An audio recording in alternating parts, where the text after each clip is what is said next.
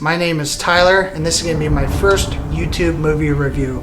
I'm going to be doing a lot of movie reviews in the future. I'm going to let you know what's good, what's not good. I'm also going to be letting you know, do the trailers misguide you? These movies do that all the time, but I'm going to let you know if it's good or not. I'm going to be letting you in on all the details of all the films that are out there. I'm going to be seeing the filth and the shit that the film industry puts out. I'm going to let you guys know all that stuff.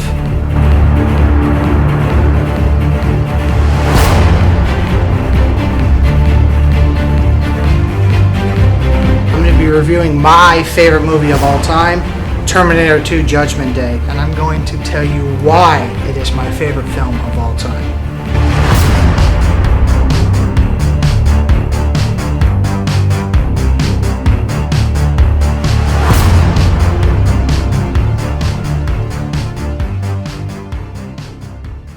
Terminator 2 is a TriStar Pictures film, and it was released on July 3rd, 1991. This movie has a great storyline.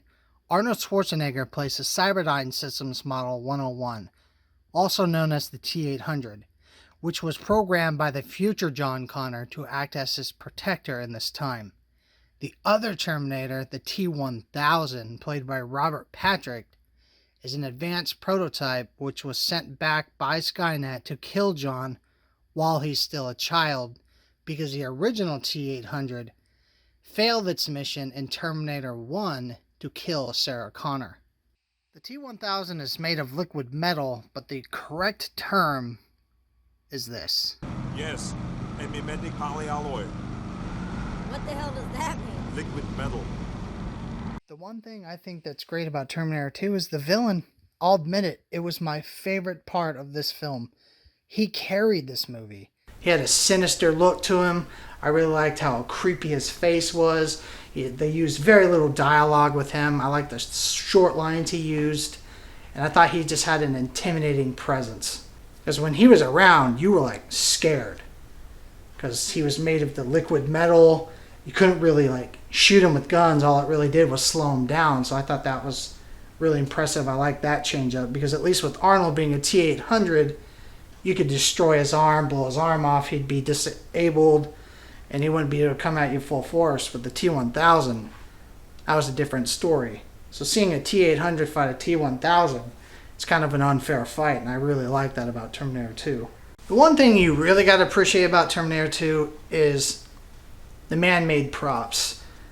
So many movies nowadays, everything's fake and animated, and there's just CGI plaster all over, green screen. It's just not natural.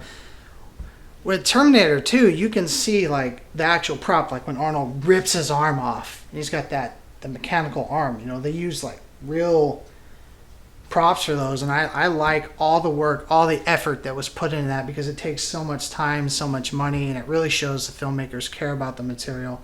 You imagine if that T-800 that stepped on the skeleton head at the beginning was CGI. It looked like that gigantic piece of shit Terminator Genesis. You could see the difference between those, because those were animated compared to the James Cameron version, which was a actual physical prop. I really like that. And they used blanks. They used real motorcycle stunts. The car, you know, when the truck is chasing John Connor and it goes right off the cliff, you know, they really drove a truck right off that cliff. And you can't do that with CGI. It just doesn't look natural. You know, the only thing that was really animated was the liquid. But even, you know, surprisingly, even the T-1000's liquid metal, it still holds up to this day, in my opinion. It still looks really good. Even though it is animated, it looks better than some of the stuff that's out there now. Because most companies just want to pump out filth. And then you got to really like that James Cameron hired Brad Fiedel for the music. Because just listen to this music. Listen to it.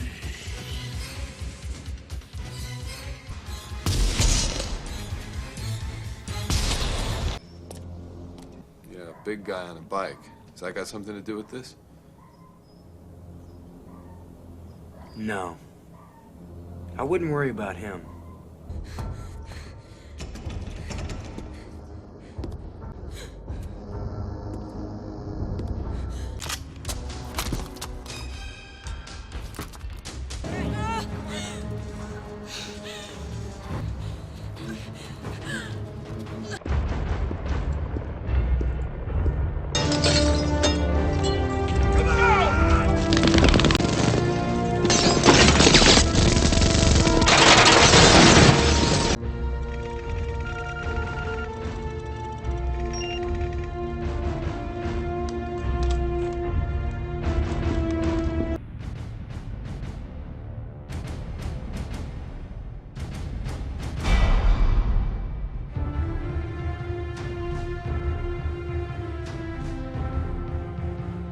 And then one of the best parts about this movie is the constant amount of fear that you're put under. The suspense is really intense in this movie. I think that was probably the best part of the film, because you got the T-800 fighting the liquid metal T-1000, and it's not a fair fight at all. Like, when he goes to punch him in the face, he cheats and turns into his liquid metal, and then when Arnold throws him against the wall, he shapeshifts backwards and then turns into liquid metal. And I think it was an unfair fight, but that's why it was so great, because he was cheating and he knew he could. I also like that the writer spent the time to actually show you that the T-1000 isn't completely indestructible. When Arnold froze him and then shot him, it kind of messed up his molecules in the liquid metal. And then when he started stepping on the floor grades, it was shaping his feet into the floor grades. And it showed that it kind of messed him up a little bit. I liked that as well, because it shows that he wasn't completely indestructible, but it wasn't really doing much to slow him down from getting a hold of John Connor and like killing him. I thought Robert Patrick was perfect as the T-1000. Perfect casting. His face, the way his ears were, his presence. He's just awkward and creepy. He's not someone I'd want coming asking questions at my door. And then the ending of the film was perfect, because they get rid of the final chip, they get rid of the arm, so Skynet can't make more replicas or copies of the T-800s. And then Arnold, the T-800, has to literally shoot the T-1000, split it in half, and then it falls into the lava. And then the T-1000 starts freaking out. It's like, well, shit, this is starting to kill me. I better start trying to shapeshift into something else that I did earlier in the film. It's literally, as it's dying, trying to figure out a form that it can turn into to help it survive in the lava. And then it keeps shapeshifting, and then it realizes it's done. And then Arnold pretty much tells John Connor, hey, you know, there's one more chip. I have to go too. So this is the end. And John doesn't want that, because they have a relationship together now. And I kind of thought it was funny, because Sarah's kind of like, yeah, well, I knew this was coming. So, hey, I'm going to shake your hand. Thank you. But get the fuck on that and go kill yourself. Because she doesn't want anything to do with the machines at all. All the other films that aren't canon and are canon, they haven't really represented the ending to this film to continue the story very well. And the thing I don't understand about the Terminator franchise is, like, these movie companies, it's like, I don't know what their issue is. They can't figure it out. They cannot, you know, we want Terminator Salvation. We just want to see the machines fight the humans. I don't want to see this, oh, John Connor goes back in time and now he's a robot trying to kill his mom.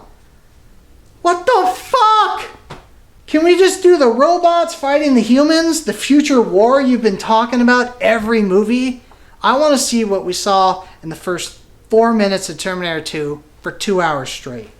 That's what we want. The closest thing we got to that was Terminator Salvation with Christian Bale. That was a good starting point. But even that movie couldn't figure it out. They're like, hey guys, let's start off with the war. And then let's put a love story in it. And let's give the robot a heart. And then it wants to be human. And then it gives its human heart to John Connor. God. You know, and I personally didn't think Terminator 3 was horrible. But I didn't necessarily think it was amazing. But it was the better one of all the ones that have come out recently.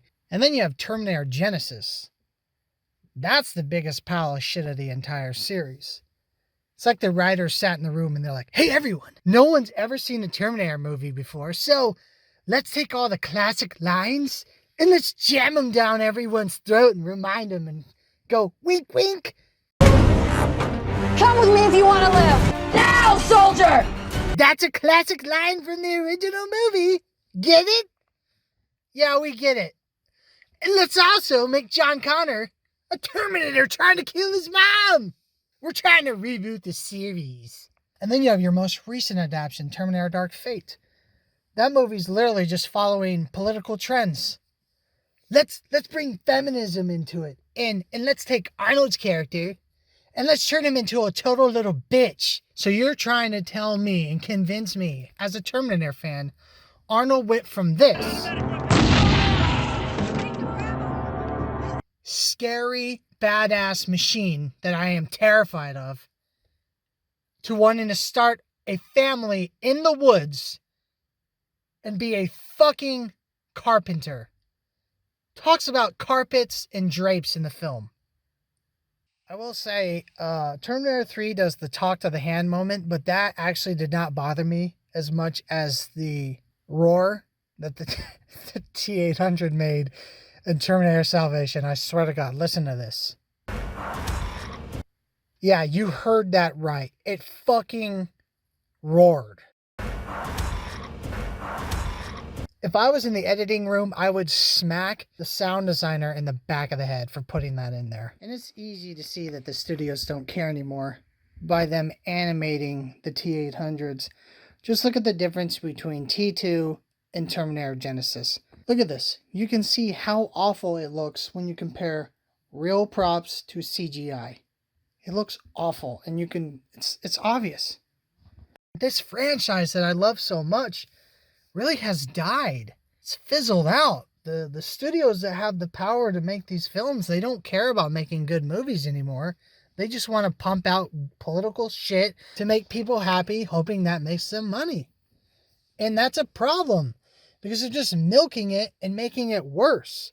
How about this? How about you just make a couple good movies, wrap up the story, and call it a day?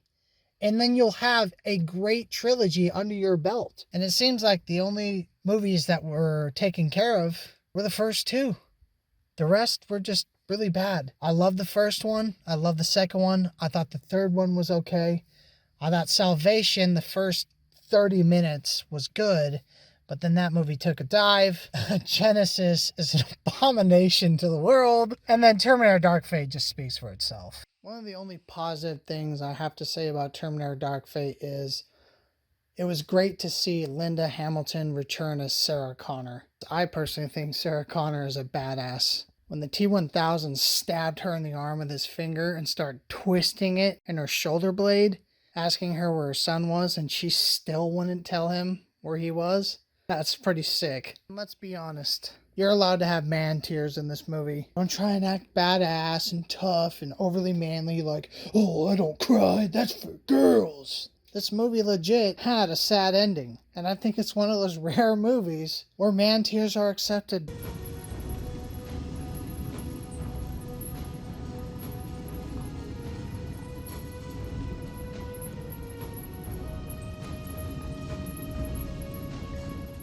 So that's my review for Terminator 2. It's always going to be my favorite film of all time. I think it's flawless. It has everything in it. Action, humor, suspense, casting, prop design, the musical score was just...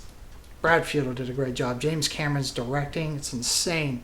The film is perfect, in my opinion. If you don't agree, you can comment why you don't agree in the comments below. But in my opinion, it's an A+, flawless film. It's always going to be my favorite film of all time. I've always thought something might top it, but I don't think anything will. Well, this was my first YouTube review. I'm going to have a lot more coming for you in 2020. The next film I'm going to be reviewing is 1917, about the young kid that goes to try to warn his brother of the war that's coming, and if he doesn't get to his brother and his battalion, they're all going to get ambushed. That's the next movie I'll be reviewing. And my reviews are going to have spoilers in them, but I will have a spoiler warning. I'm not going to go too hardcore into my movie reviews like most people do. I'm just going to kind of let you know if it's good or not, why it's good, why it's bad. Did the trailer misguide you? Because most trailers, sometimes they either don't do it justice or they're like, make it look better than it is. And I'm just going to kind of let you know what the trailers are and let you know if the film's worth renting, seeing in theaters, or just completely avoiding altogether. My reviews are going to be a little more fast-paced and cut to the point, and I think you guys will appreciate that. I will catch you guys on the next review.